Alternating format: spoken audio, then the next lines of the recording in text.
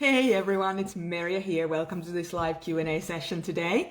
If you don't know me, my name is Maria Sumilov and I'm the personality decoder, and I show you how to heal and grow your relationships without massive interference to your everyday life. So today's question is from Veronica, and Veronica is an introvert and she's feeling like she's being criticized for being too introverted by some of her more extroverted friends.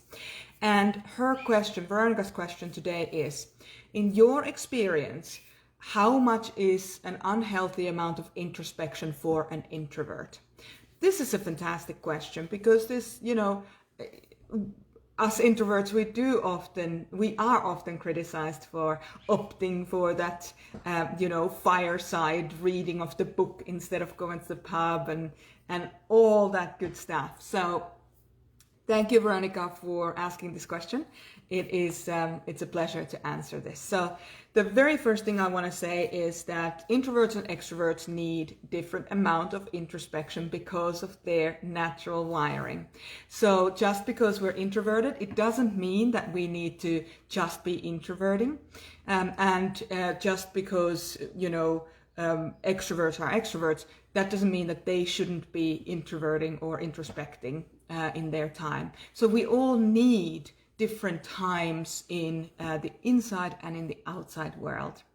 So fantastic question, and if this helps you, Veronica, that's awesome. And you might even want to forward this on to your extroverted friends to it might make a little bit more sense to them coming from somebody other than yourself, because sometimes we can feel like we have to defend our position, whereas normally actually most and I've said this before, most relationship challenges actually come from misunderstandings and miscommunications. So if it helps you to use this video, by all means go and use this video and forward it on to your friends. So there are a lot of positives in introspection. I'm going to cover 4 today. And the first of the positives is that you're pretty good at pros and cons. So you're pretty good at covering all your bases by asking yourself, what are the facts here? What are the things that I need to take into consideration before moving forward with any kind of a decision? Now, that's a positive because, so for example, one of my clients was creating a really complex piece of work. It was a course that they were creating, and they had to bring together not only the learnings that they wanted to part with their students, they needed to bring in enough humor to make it interesting, to make it palatable. They needed to bring in like a timeline for that course in order for it to be in small enough bite-sized chunks so that it would be consumable, that the person could actually take it and utilize it and really have those learnings. So that was something that I helped that client with. And what they did a lot throughout the process of creating that course was go into that introspection to see, okay, does this piece fit here? Does this piece of information actually help them to go from what they already know to the next piece of information that they need to acquire in order to follow through the whole process? So if you're very introspective and you have certain parts within you, so in particular the inward facing thinking, if you have that part of you in your cognitive capabilities, then you'll be really good at this. The second thing that's really good is to tap into what actually feels authentic to you. So instead of being at the kind of the receiving end of the world and other people's agendas, if you're very introspective, and especially if you have inward facing feeling within your cognitive capabilities, then what you're able to do is you're able to tap into, is this authentic to me? Does this feel like the best usage of my time? Do I need to do this in order to feel complete within myself? So you're able to tap into that level of authenticity that people who don't introspect don't often get to. So what we tend to do is, if we don't have the inward feeling kind of, does this feel authentic to me capability, we just tend to go through life just jumping into different things without having that checkpoint within our heads and say, hey, is this actually what I want to do? One of my clients, for example, struggled massively with this. They didn't have that capacity to introspect on a feeling level. And what happened was that they just kept going from one profession to the next profession, to the next profession, to the next profession. That was all about what other people wanted her to do. And when she realized that she doesn't actually have to do that, that the most important point of reference that she has is her own, how she feels about it, then she was able to really move into her own direction and become the leader of her own life, so to speak. So that's the capacity to understand what feels authentic. All right. The third positive that we have in introspection is having the capacity to understand complex constellations of information and how that information or those pieces of information relate to one another. And highly introspective people can be very innovative, and they can be really inventive.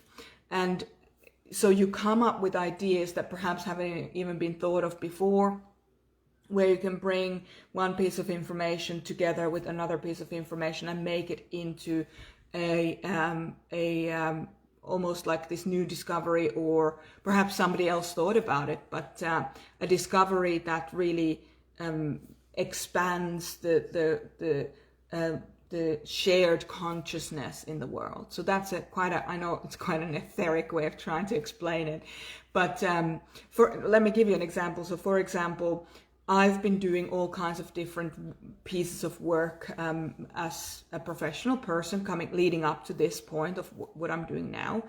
And each one of those things really brought in an element that allows me to now do this job a lot better. So for example, I had a career in classical and orthopedic massage and pain management.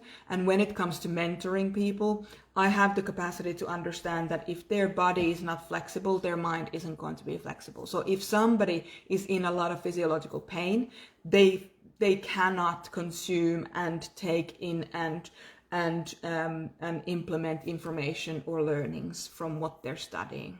So obviously an important part of, say, in the Integration Mentor program, that people are a part of becoming mentors themselves, teaching the four people within concept to other people in their corner of the world. So that's important. But also everyday students of the four people within, of healing, of development, and particularly the Myers-Briggs model. So if we are the more loose and flexible we are in our bodies, the more loose and flexible we are in our minds, and the more we're able to take in and implement. Now, the final kind of really positive, in my mind, a really positive thing about introspection is that being introspective allows you to really create deliberate habits, meaningful traditions, and like creating a memorable legacy, because you stop to really think about the actions that you take. You stop to really sense what's going on around you and what is important to you. So for example, for me personally, I don't have inward facing sensing in my immediate cognitive stack. So I have to learn that in order to really to utilize it as a tool. So that form of introspection I don't personally excel at. So I'm working on that to get better at it. And what that means is that I can get swayed by what's coming my way instead of creating those habits that actually create success for me in my life and, bring me closer to my goals. I tend to kind of go, oh, I'm going to try this and I'm going to try this. Oh, this is what's going on right now. Oh, okay. I'll just partake in that as opposed to stick to those habits. Also, I'm not big on traditions. So I'm not like people's birthdays. I'm not big on my own birthday, for example. People's birthdays, I have to be really careful that I don't forget people's birthdays. So those are the kinds of things that you can really benefit from with being introspective if you happen to have that sensing, inward-facing sensing faculty in your immediate capacity or capability. So those are the amazing things in my mind about introspection. And then there are, of course, things that perhaps aren't great. So when we rely upon introspection too much, what tends to happen is that we stop becoming industrious and effective in the outside world. So we don't get stuff done. So, for example, I have a client who's very highly introspective and highly introverted, and they often have a lot of struggle and frustration around not getting the day-to-day stuff done, or not getting to work toward this bigger vision that they have. So they have the vision, they just don't have the capacity to get outside of the thoughts and go out there and implement it. So that's something that for sure happens with people who spend in inverted commas too much time in introspection. It really, whether it's too much or not enough, it depends on what you want from your life. Okay, so nobody else gets to choose whether something is too much or too little for you. The second thing that happens is that staying in too much introspection, if you want to create meaningful relationships, is that you don't get to do that. So if you're spending too much time in your own thoughts and in your own feelings, you don't share those thoughts and feelings with the people generally around you. And what can happen with that is that, especially people who have inward facing feelings, so their feeling faculties inward facing, and they are more naturally focused on how they're feeling than sharing that with the outside world. INFPs and ISFPs in particular, who lead with that part of themselves, what tends to happen is there's a lot of frustration and hurt about not having meaningful relationships, about not having people who actually see them and understand them as they are. And the challenge around that is that the feeling faculty is facing inward, which means that it's not naturally shared with other people, and it's not something that allows us then to connect to the other people in a way that, asking questions like, what's important to you? Okay, this is what's important to me. What's important to you? So that is challenging. So spending too much in a feeling introspection around your own feelings stops you from taking action in the outside world, in creating those meaningful relationships, because relationships don't just show up. We're all infatuated with people from time to time. We're all, thinking that this person is perfect, until we have to start building that connection, building that love, building that trust with that person. Relationships are built. They don't just show up when they're meaningful. Now, another thing that you might miss out on if you're in too much introspection from your perspective is creating a hopeful future. And by hopeful future, I mean a lot of people who spend a lot of time in introspection can get depressed and can lose a sense of hope because they don't see all the different opportunities that are out there in the world. I am very guilty of this from time to time. So from 2017, I had some family-based PTS, so post-traumatic stress, coming up. I wasn't able to function in the outside world because the hurt from my childhood came back and really caused havoc in my life. So I was forced to spend time in introspection to find my sea legs, so to speak. So I wasn't out there in the world seeing everything that was possible. And my worldview then narrowed to a point where I could only see what was immediately in front of my face. So I couldn't imagine the possibilities that could be there. I was only focused on what I felt were the only possibilities that were there. Now, thankfully, knowing that, I have the capacity to pull myself out of it when it happens. When this is particularly destructive is if you're not aware of what's happening and you just keep zooming in and in and in. So, I would much rather work with a person who is aware of when they're struggling and know what to do about it, than with a person who just says, there's no such thing as PTS, or there's no, if you have that, then there's something wrong with you. I don't actually believe that. And I think that that's one of the reasons why I see the the amazing part of introversion and introspection that is there, that when they know that what they're doing is not actually conducive to the life that they want to build, they have the tools to know what to do in order to get out of it.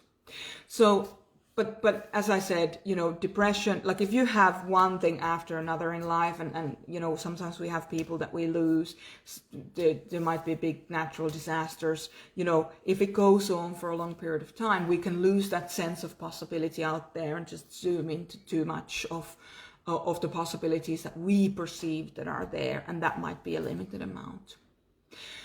All right, and finally, something that if you spend too much time in introspection, it might stop you from enjoying the here and now.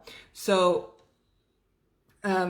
oftentimes people can complain about, I'm too serious. I have too many just serious things going on. I don't have the space to be fun and impulsive and just funny or any number of those things, and that can happen if we're too much into introspection and don't share that part of us in the outside world, in the here and now. A lot of the times, something that really works for introverted people is mindfulness practices, because it's all about here and now, and that can ground us introverts into our lives rather than just staying in the inner world of our thoughts and our feelings. So that for sure we can struggle with, not being enough here and now to ground ourselves into our lives and what the realities of it. And gratitude goes hand in hand with that inability to stay in the here and now, because if we're too distressed to stay in the here and now, we can't see the things that we're grateful for. We can't feel the gratitude for what we do have in our lives. So those are the thoughts that came to my mind, and introverts generally, like, this is my observation. Veronica, you were asking for my opinion or my experience around this, and my experience is that introverts who are feeling like they're living a purposeful life, they're happy, they have meaningful relationships, they spend about 60% of their day in introspection and 40% of their day in extrospection. Whereas with extroverts it's the other way around. When extroverts feel like they're on purpose, they're living their best lives, they're having the meaningful connections with themselves and with other people, they spend about 60% of their life in extrospection and then about 40% in introspection. So that's my findings around that, Veronica. I thank you for asking that question, and I'd love to hear your thoughts. And anybody else, thank you for tuning in. Everybody who were in live today, thanks for tuning in live. It's great to be doing this creation work with you. So shout out to you if you are tuning in live. Now, if you're catching a replay of this, or you want to comment, or you want to put in your 2 cents worth, your own experiences, I'd love to hear that. Just put in #replay so that I'll get a notification of what's going on for you. But my question to you is today is, what's your main takeaway from today's session? Are you, for example, one of those people that are recognizing that maybe I am spending a little bit too much time in my introspection, and it's stopping me from having those meaningful connections with other people, or it's stopping me from living that purposeful life or building that life that actually I want for myself? So if that's you, get in touch with us, desk@mariasumilov.com or desk@infxproject.com. If you need help, I'll set you up to talk to one of our integration mentors, one of our certified integration mentors, who can just start asking you some questions, giving you some possible next steps, and give you some momentum toward the life that you actually want to live for yourself. So get in touch with us, and thank you for sharing this space with me. And thank you for being a part of this vision that I have for the world, which is for the world to be more compassionate and more effective. At the same time, we can all have that. All right, so thank you for today. Thanks for tuning in, and I hope you'll have a day full of wonder. I'll talk to you soon. Take care.